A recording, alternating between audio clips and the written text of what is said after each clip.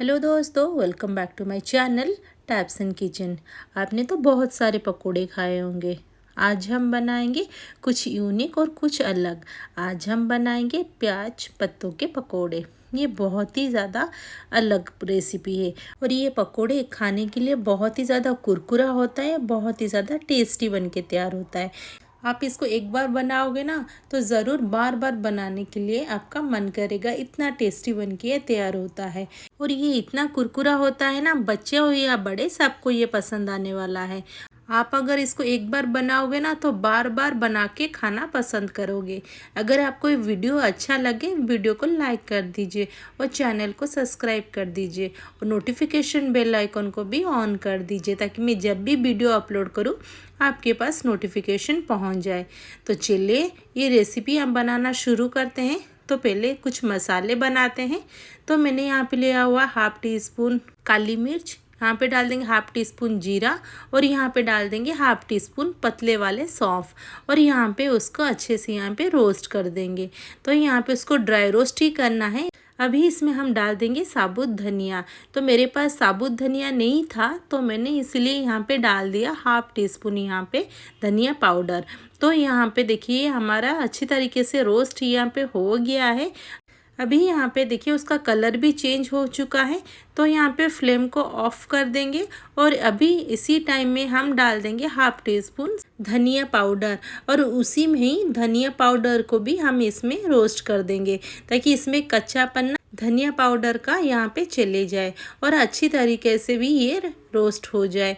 तो यहाँ पे लगभग हो चुका है, उसको अभी हम दरदरा यहाँ पे कूट लेंगे। तो मैं यहाँ पे पत्थर में हम इसको कूट के तैयार करेंगे। तो यहाँ पे उसको ट्रांसफ़र कर देंगे और यहाँ पे उसको कूट के तैयार कर देंगे। उसको बारीक यहाँ पे पूरा पाउडर ज़रूरत बिल्कुल भी नहीं है, उसको इसी में ही अच्छे से कूट लेंगे। तो यहाँ पे जब इसका बाइट्स आएंगे ना खाने में तो बहुत ही ज़्यादा टेस्टी लगेगा। तो यहाँ पे देखिए ये हो चुका है। तो यहाँ पे देखिए उसको मैंने पूरा बारीक नहीं कूटा हुआ है, उसको मैंने थोड़ा सा ही दरदरा यहाँ पे उसको कूट लिया हुआ है। तो वैसे ही हमें चाहिए देखिए। और इसको हम कूट के ही इस्तेमाल करेंगे, इसको हमें पूरा नहीं पीसना है। तो यहाँ पे ये बस मेरा हो चुका है। अभी यहाँ पे उसको ट्रांसफ़र कर देंगे एक पॉट में। तो यहाँ पे देखिए ये हो चुका है। यहाँ पे दोस्तों आप उसको अगर पीस रहे हो ना उसको दरदरा पीसिए, बिल्कुल भी पाउडर मत करिए। तो इसको हम ट्रांसफ़र कर देंगे और यहाँ पे इसको रख देंगे एक साइड में। तो इसका टेस्ट ना बहुत ही ज़्यादा अच्छा आता है। तो इसको साइड में रख देंगे और यहाँ पे ले लेंगे थोड़ी सी अदरक, थोड़ी सी लहसुन, यहाँ पे थोड़ी सी ग्रीन चिली। तो उसी पॉट में ना हम इसको डाल देंगे और उसको भी बारीक हम यहाँ पे कूट लेंगे। अब चाहो तो आप मिक्सी में भी डाल सकते हो, पर मिक्सी में ना डालने के बाद भी उसको पूरा पेस्ट मत करिए, उसका भी वैसे दरदरा ही हमें वहाँ पे भी पीसना है। यहाँ पे देखिए ये हो चुका है, बट हम पीसने से जैसा टेस्ट आता है ना कूटने का टेस्ट थोड़ा सा उसमें अलग आता है, क्योंकि हम पकोड़े बना रहे हैं ना तो ये डालने से ना उसका टेस्ट बहुत ही ज़्यादा एनहांस हो जाता है। और जब हम खाते भी हैं ना ये सब बाइट्स आते हैं ना तो बहुत ही ज़्यादा टेस्टी लगता है। तो यहाँ पे देखिए मैंने वैसे ही उसको दरदरा यहाँ पे कूट लिया हुआ है। तो यहाँ पे इसको साइड करेंगे। तो मैंने यहाँ पे प्याज पत्तों को ना मैंने ऐसे ही उसको काट लिया हुआ है, इसको मैंने पूरा बारीक यहाँ पे चॉप नहीं किया हुआ है।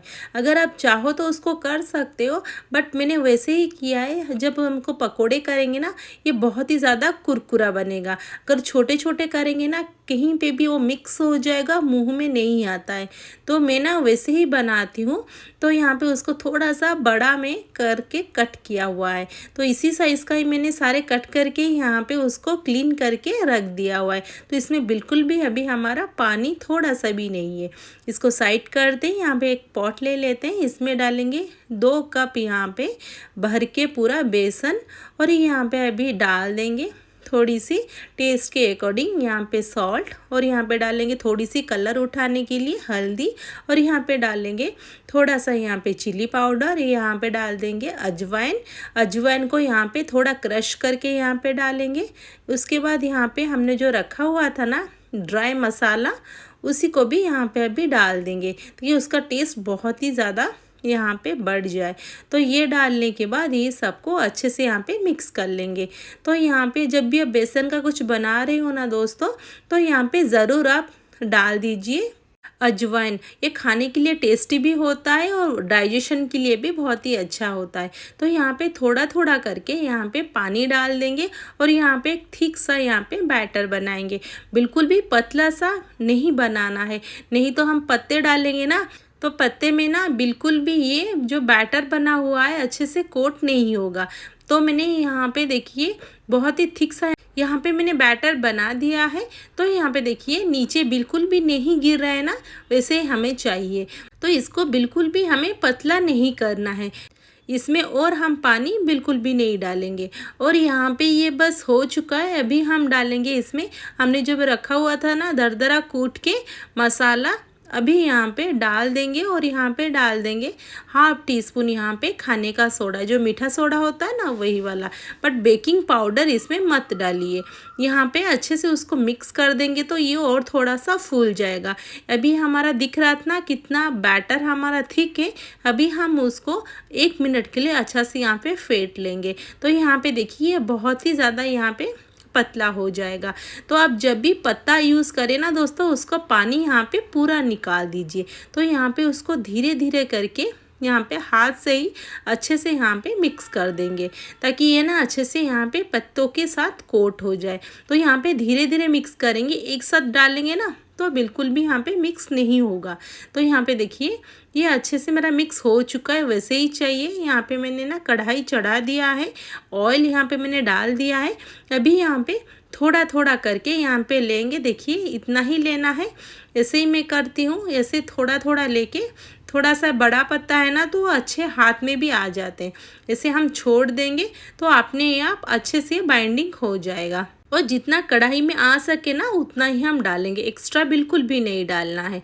तो यहाँ पे देखिए मैंने डाल दिया हुआ है और यहाँ पे उसको अलट पलट के यहाँ पे फ्राई कर देंगे, जब तक यहाँ पे ये जो है ना हमारे पत्ते अच्छे से यहाँ पे पूरा क्रिस्पी ना हो जाए और यहाँ पे हमारे पत्ते भी अच्छे से यहाँ पे कुक भी हो जाएंगे। तो ये ज़्यादा टाइम नहीं लगता, ये इसको हम मीडियम फ्लेम में फ्राई करके तैयार करेंगे। तो यहाँ पे देखिए एक तरफ ये हो चुका है, अभी हम उसको दूसरे तरफ भी अलट पलट के फ्राई कर लेंगे। तो यहाँ पे देखिए ये हो चुका है, तो यहाँ पे उसको निकाल देंगे। ज़्यादा टाइम बिल्कुल भी नहीं लगता, बस 3 से 4 मिनट में ना ये फ्राई होके निकल जाता है और खाने के लिए बहुत ही ज़्यादा टेस्टी भी लगता है। अभी हम ये दूसरा भी यहाँ पे डाल देंगे सारे बना के। तो यहाँ पे देखिए मैं थोड़ा सा यहाँ पे बड़ा बड़ा बना रही हूँ, ज़्यादा छोटा मैं पकोड़े नहीं बनाती हूँ, क्योंकि ये खाने जब खाएँगे ना एक एक बाइट आएगा ना मुँह में, बहुत ही ज़्यादा टेस्टी लगेगा। और ये पत्ते हैं ना बहुत ही ज़्यादा क्रिस्पी बन जाते हैं तुरंत ऑयल में डालते ही। तो अगर छोटे पीसेस करेंगे ना वो बहुत ही जल्दी ये श्रिंक हो जाएगा, क्योंकि ये पत्ता है ना इसीलिए। अगर हम यहाँ पे थोड़ा बड़े साइज़ के डालेंगे ना तो खाने के लिए भी अच्छा लगेगा और अच्छे से फ्राई होके तैयार भी हो जाएगा। तो यहाँ पे ये हो गया है, तो सारे हम यहाँ पे बना के तैयार कर देंगे। तो दोस्तों एक बार ये पकोड़े ज़रूर ट्राई करें, बहुत ही ज़्यादा टेस्टी बनता है, बहुत ही ज़्यादा ये कुरकुरा बन के तैयार होता है। तो ये रेसिपी के रिगार्डिंग कोई भी क्वेश्चन हो मुझे कमेंट बॉक्स में पूछ सकते हैं और रेसिपी को ज़रूर ट्राई करें और कैसा लगा मुझे कमेंट बॉक्स में उसका फीडबैक ज़रूर दीजिए। और ये इतना टेस्टी बनता है ना, बच्चे हो या बड़े सबको ये पकोड़े पसंद आने वाले हैं। और ये हम उसको घर के ही सामानों से बन के तैयार किया हुआ है, बिल्कुल भी ज़्यादा टाइम नहीं लगता है, फटाफट बन के तैयार हो जाता है। तो ज़रूर एक बार दोस्तों ये ट्राई करें मेरे तरीके से। फिर मिलते हैं नेक्स्ट वीडियो में। Thanks for watching.